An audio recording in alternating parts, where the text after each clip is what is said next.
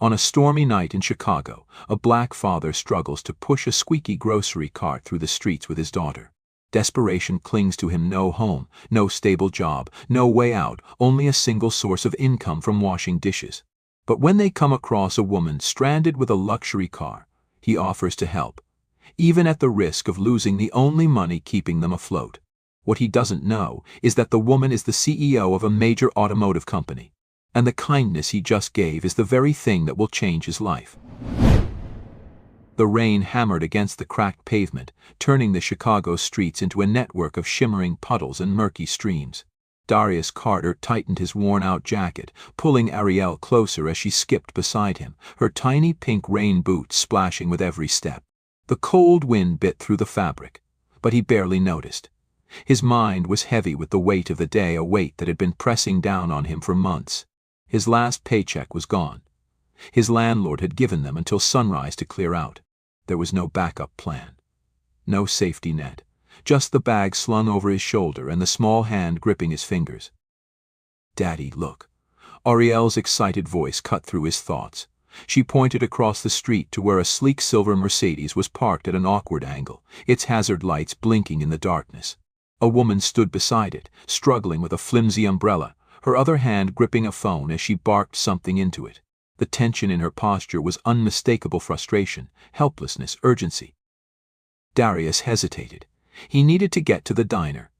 It was just a dishwashing job, but it was a shift, something to keep them moving forward, even if only by inches. But then Ariel tugged his sleeve.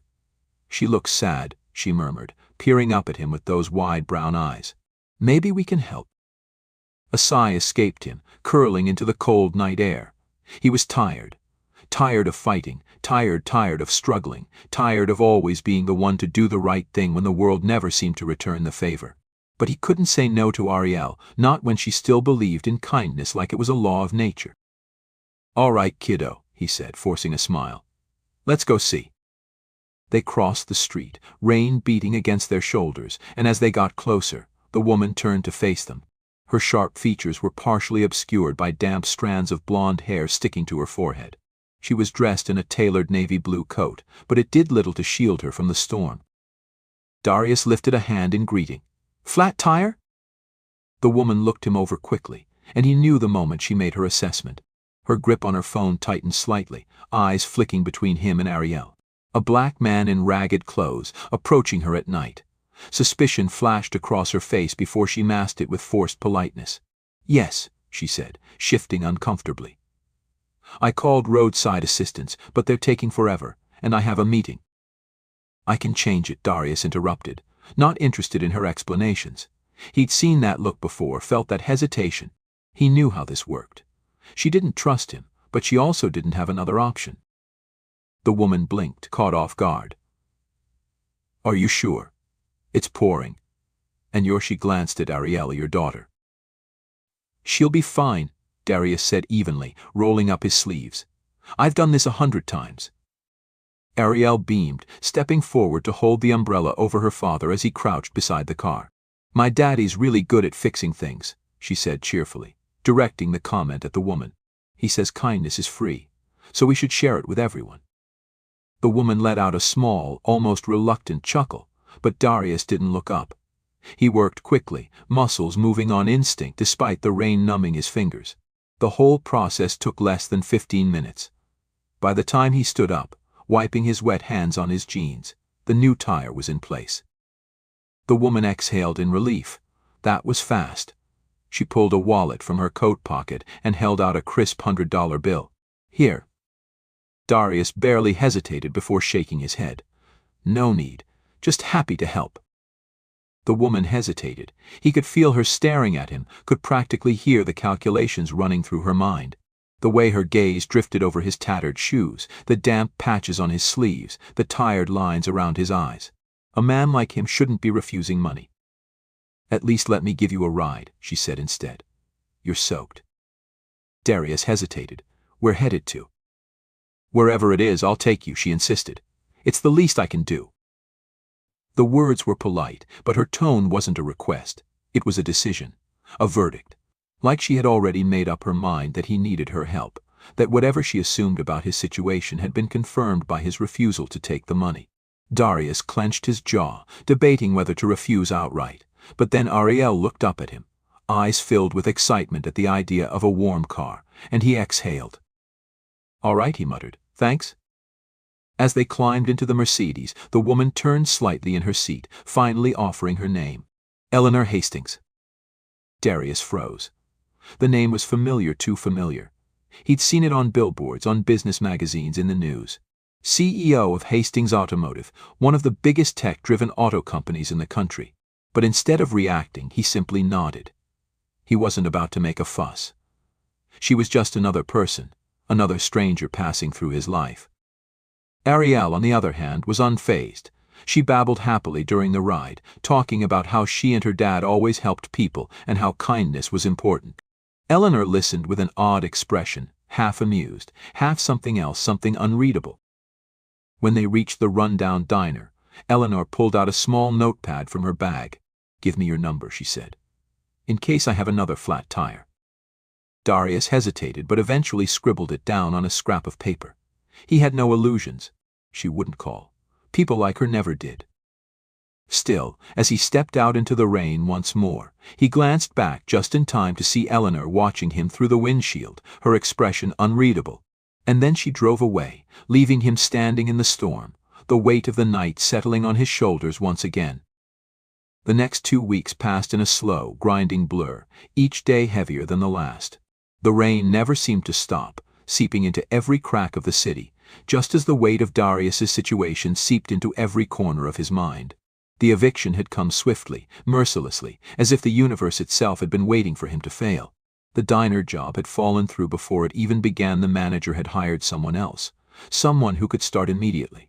Now, he and Ariel were stuck in a cycle of cold nights spent in shelters when space was available, in their car when it wasn't. The money he'd scraped together from odd jobs barely covered food. His phone's screen was cracked, but it still worked though no one called, least of all Eleanor Hastings. Not that he'd expected her to.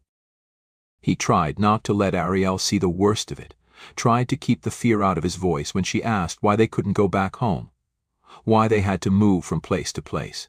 She was resilient, stronger than any 7-year-old should have to be, but he saw it in her eyes, the creeping understanding that something was very, very wrong.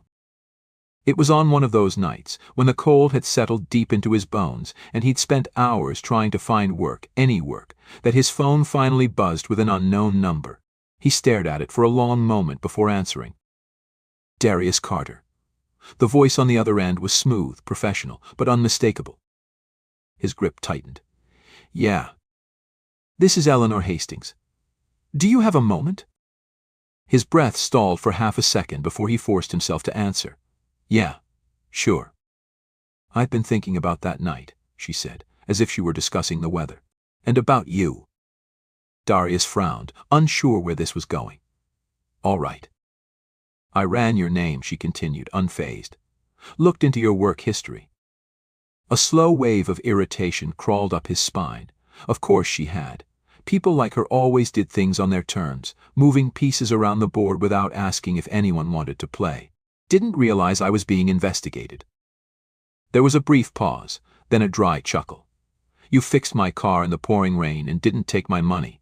Forgive me for being curious." Darius exhaled, pinching the bridge of his nose. He didn't have time for this.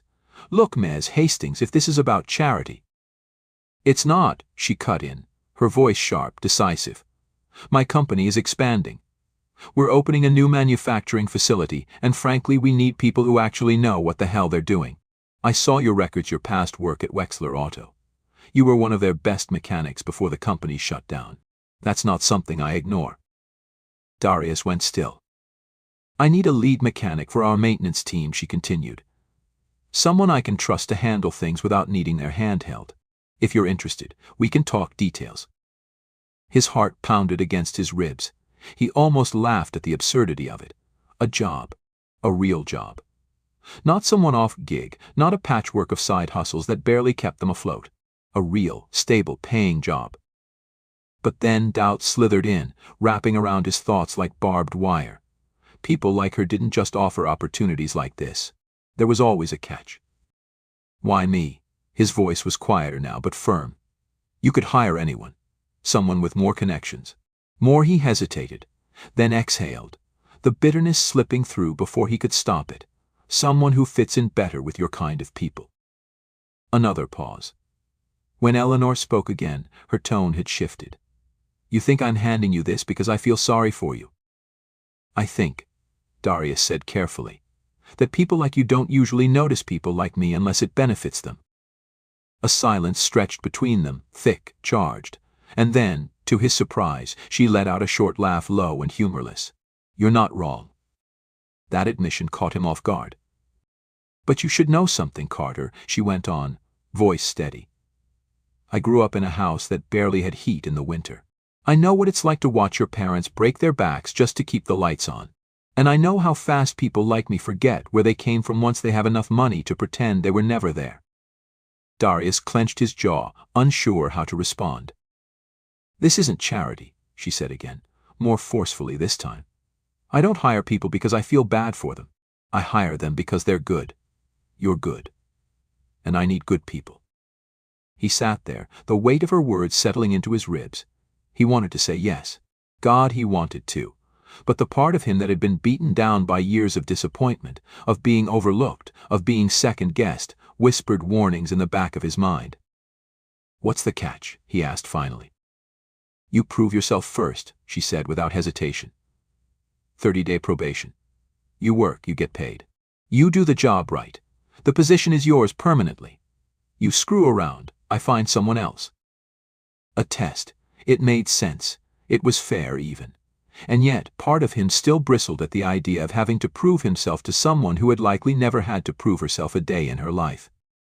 But then he thought of Ariel, curled up in the back seat of their car last night, her tiny body shivering despite the blankets he'd wrapped around her. He thought of the way her voice had wavered when she asked if things would get better. He closed his eyes.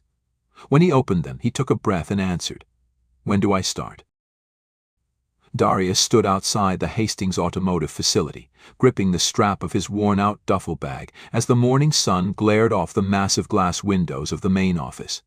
The building loomed over him, a sleek, modern structure of steel and tinted glass, a stark contrast to the run-down garages and auto shops he was used to. His stomach twisted with a familiar knot of unease. It wasn't just nerves, it was the feeling of stepping into a world that wasn't built for him. A world where men like him were only ever seen in coveralls with their heads down, fixing things in the background. Ariel clung to his side, her small fingers curling around his wrist as she gazed up at the building with wide eyes.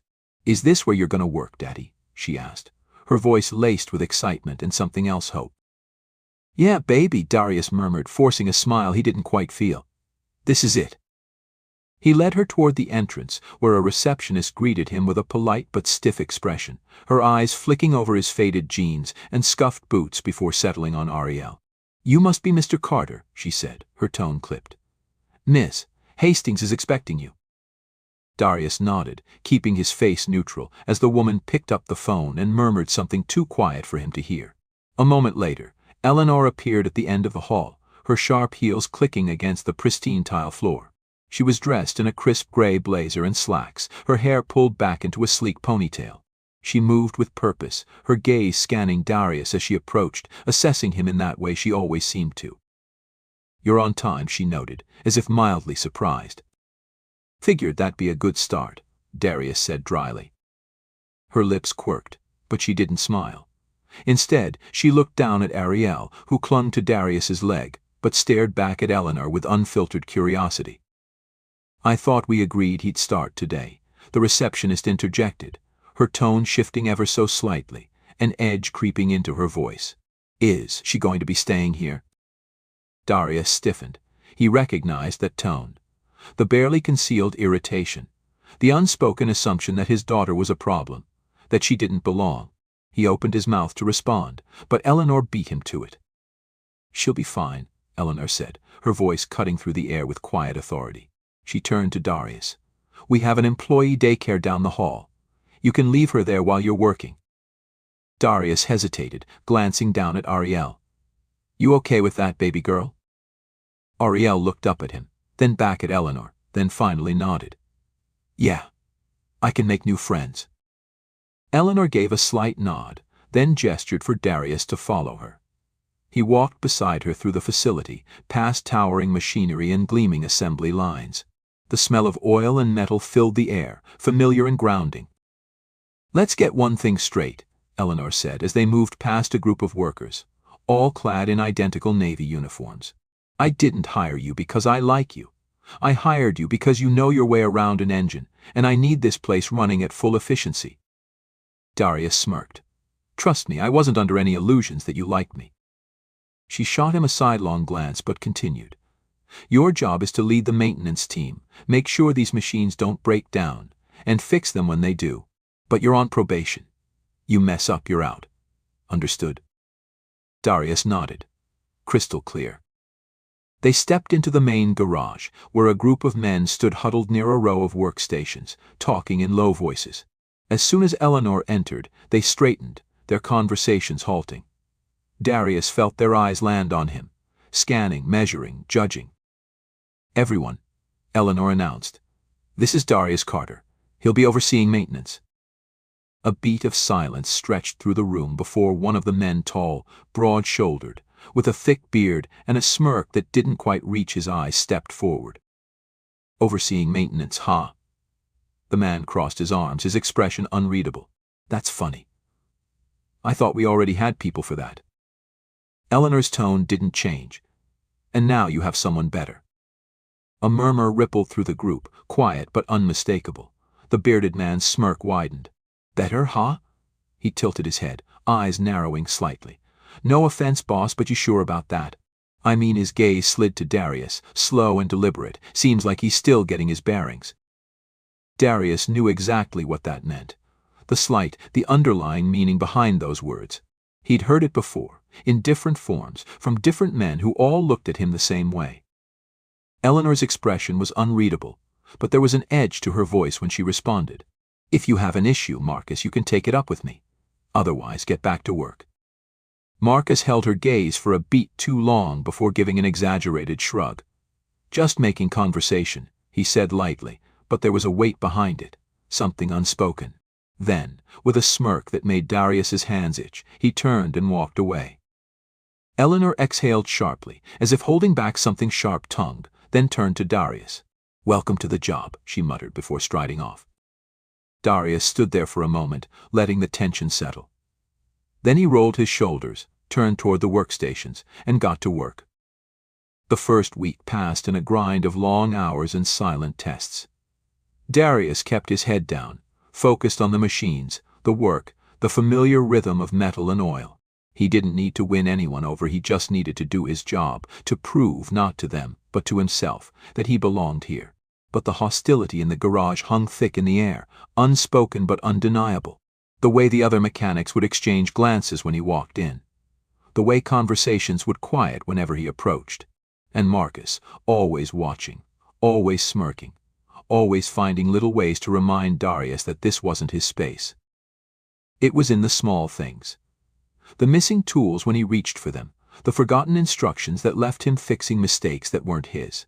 It was in the way Marcus would laugh just a little too loud, making some joke just low enough for Darius to know it was about him, but not loud enough to call him on it. Still, Darius swallowed it down, grinding through each day. He had Ariel to think about. He had no room for pride. He took every setback in stride, knowing that proving himself meant more than fighting battles that weren't worth it. Then the machine broke. It was a press, one of the biggest in the facility. A multi-million-dollar piece of equipment that shaped the aluminum body frames before they moved down the line. When it stopped working, everything stopped. A halt like that. It cost the company thousands of dollars every hour. Darius was working on a conveyor belt in the back when he heard the commotion. Eleanor was already there when he arrived, standing with arms crossed, her expression unreadable as a handful of engineers and managers stood around the silent machine. Marcus was there too, leaning against a toolbox, watching. "Let me guess," Marcus drawled, loud enough for everyone to hear. "Must been some bad luck bringing in new management." Darius ignored him, stepping forward. "What's the issue?" One of the engineers, a wiry man in a crisp uniform, shot him a look of skepticism but answered anyway. The press started making an off-rhythm grinding noise this morning. Then it just stopped altogether. We already tried a soft reset, checked the pneumatic systems, nothing.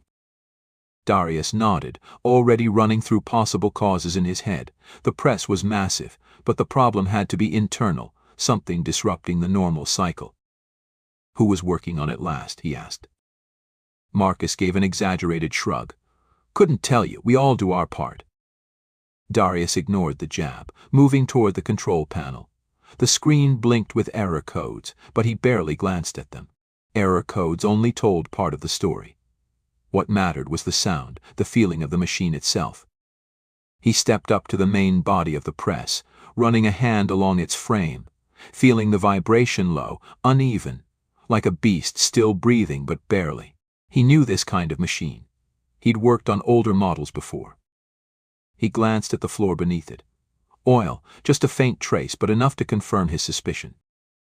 Hydraulic issue, he muttered. He turned to Eleanor. You got schematics? She nodded toward one of the engineers, who handed him a tablet. Darius studied it for only a few seconds before setting it down and rolling up his sleeves. I need access to the lower panel. Can someone pull it? The engineers hesitated, exchanging glances. One of them, a younger guy, moved as if to help, but Marcus let out a low chuckle. Man, you serious?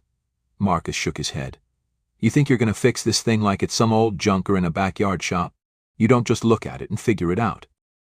Darius clenched his jaw. He could feel all the eyes on him waiting. For what? For him to snap, to back down. He turned, locking eyes with Marcus. Yeah, he said simply. That's exactly what I do.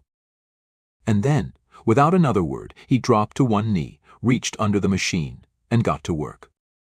It wasn't easy.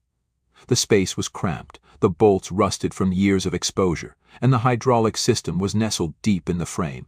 But Darius had done harder things, in worse conditions, with worse odds stacked against him.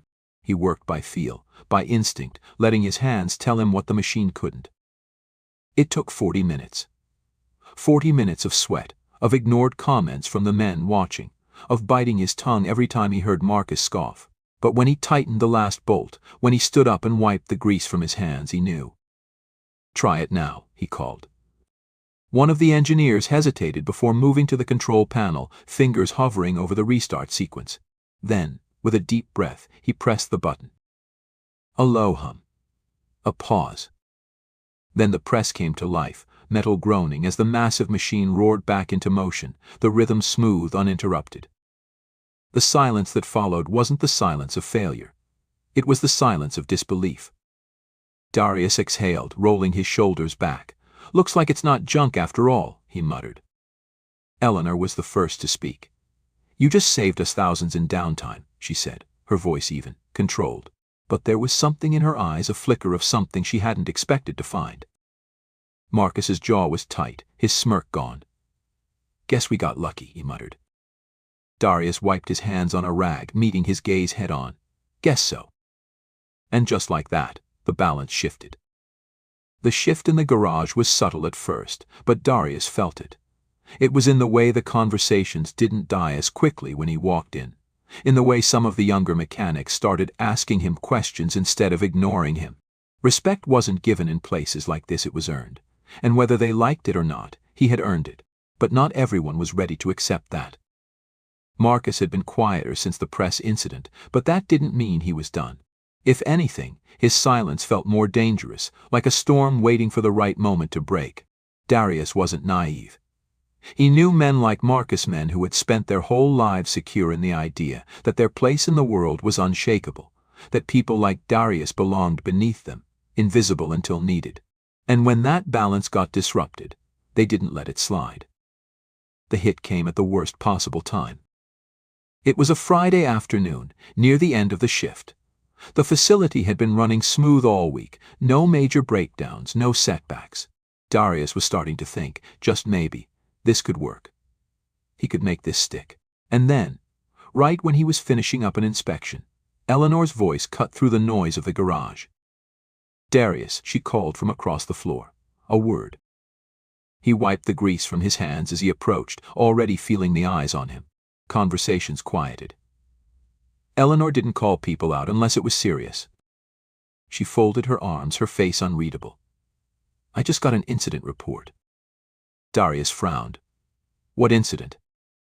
Eleanor held up a clipboard. A faulty recalibration on line 2. One of the hydraulic arms nearly crushed a casing. You signed off on the maintenance check. Darius stiffened. That's impossible. Eleanor didn't blink.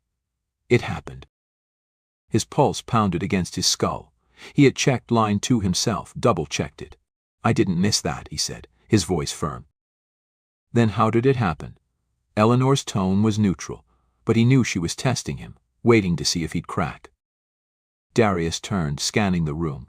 The others were watching, but one person wasn't just watching, he was smirking. Marcus leaned against a workbench, arms crossed, looking entirely too pleased with himself. Darius knew in an instant. It had been him. A sabotage, small enough to avoid immediate catastrophe, but big enough to get Darius blamed. His fingers curled into fists, a fire burning in his chest, but he forced himself to stay calm. If he lost his temper now, it was over. That's what Marcus wanted. He exhaled through his nose, meeting Eleanor's gaze. Give me 20 minutes, he said. I'll find the problem. Her eyes flicked toward Marcus, then back to him. She hesitated, then handed him the clipboard. 20 minutes, she agreed. Darius turned and strode toward line 2, barely hearing the murmurs that followed. He could feel Marcus's eyes on him, feel the unspoken challenge in the air. But Darius didn't engage. He had a job to do. He went over every bolt, every calibration point.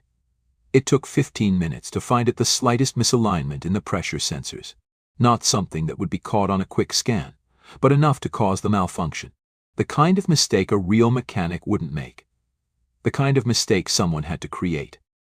He straightened, wiping the sweat from his brow. He could march over to Marcus, throw the evidence in his face, demand Eleanor take action. But men like Marcus were careful. He'd deny it, act offended, make it a he said situation. And if Darius lost his cool, that would be all the excuse they needed to write him off. No. If Marcus wanted to play a game, Darius would play smarter. He grabbed a wrench and adjusted the calibration, fixing the issue in under a minute. Then he turned, walking back to Eleanor, holding the clipboard out to her. Fixed, he said. She scanned his face. And? Darius glanced at Marcus, then back at her. He saw the unspoken question in her eyes. Did he know what had really happened? Of course he did. But instead, he just said, must been a mistake. Eleanor's gaze lingered on him for a moment longer than necessary. Then, slowly, she nodded. She turned to the room, raising her voice just enough. Line 2 is cleared. Back to work. The tension broke. The men shuffled back to their stations, and Marcus. He didn't look quite so smug anymore. Darius met his eyes, just for a second, and gave him the smallest nod. Message received. Marcus didn't own this place. And if he wanted Darius gone, he was going to have to try a hell of a lot harder. The 30-day probation ended with little ceremony. There was no grand announcement, no formal meeting. Just an email from HR confirming his full-time position, a company badge with his name on it, and a set of keys to the maintenance office. The job was his. Darius stared at the badge for a long moment, fingers tracing the embossed letters. It should have felt like a victory, but he knew better. This wasn't the finish line. It was just another starting point. Marcus had been quieter since the line 2 incident, but Darius wasn't naive. The man wasn't the type to let things go. Still, he wasn't his concern anymore. His concern was Ariel, and for the first time in too long, he could finally give her some stability. That afternoon, he picked her up from the company daycare, where she greeted him with an excited grin, showing off a crayon drawing of their new lifer. Him, and a big house with flowers out front. "Do you like it?" she asked, eyes bright. Darius swallowed past the lump in his throat. "Yeah, baby girl, like it a lot." As they walked toward the parking lot, Eleanor was waiting by his car. She was dressed down for once, a simple blouse and slacks instead of her usual corporate armor. She held a coffee in one hand, her expression unreadable as always. "Carter," she greeted. "Boss," he returned. She smirked. You can call me Eleanor now. You made it. He raised an eyebrow. So that's it? I'm in? She sipped her coffee. You were in the second you fixed that press. This was just to see if you'd quit before we got here. Darius huffed a laugh, shaking his head. Figures. She hesitated then, glancing at Ariel before looking back at him. Listen, I don't do this often, but I wanted to say something. You were right back when we first talked. People like me don't usually notice people like you. And when we do, it's not always for the right reasons. Darius didn't respond. He just let her talk. I didn't help you because I felt bad. I helped because I saw someone who deserved the chance. But that doesn't change the fact that I get to make decisions like that, and you don't. She exhaled, as if frustrated with something she couldn't quite name. I don't know if that's fair. Darius tilted his head. It's not. Eleanor nodded, as if she expected that answer. Well, maybe that's something I can work on. He studied her for a moment before finally asking, why me? She took another sip of coffee, considering. Because you remind me of someone. My dad. He worked in a shop just like this, fought to keep us above water when no one else would give him a shot. He died before I ever made it out of that life, but I think if someone had just given him the right opportunity, things might been different. She glanced at him. So maybe I was trying to fix something I couldn't back then. Darius let out a slow breath. He hadn't expected that. Ariel tugged at his hand, oblivious to the weight of the conversation. Daddy, can we get ice cream? Darius chuckled, ruffling her curls. Yeah, baby girl, we can do that. He looked back at Eleanor, who gave him the faintest nod before stepping away. See you Monday, Carter. See you Monday. As he lifted Ariel into the truck, he glanced down at the badge still in his hand, the weight of it settling in. This wasn't luck. It wasn't charity. It was earned. And for the first time in a long, long time, the road ahead didn't feel impossible. Join us to share meaningful stories by hitting the like and subscribe buttons. Don't forget to turn on the notification bell to start your day with profound lessons and heartfelt empathy.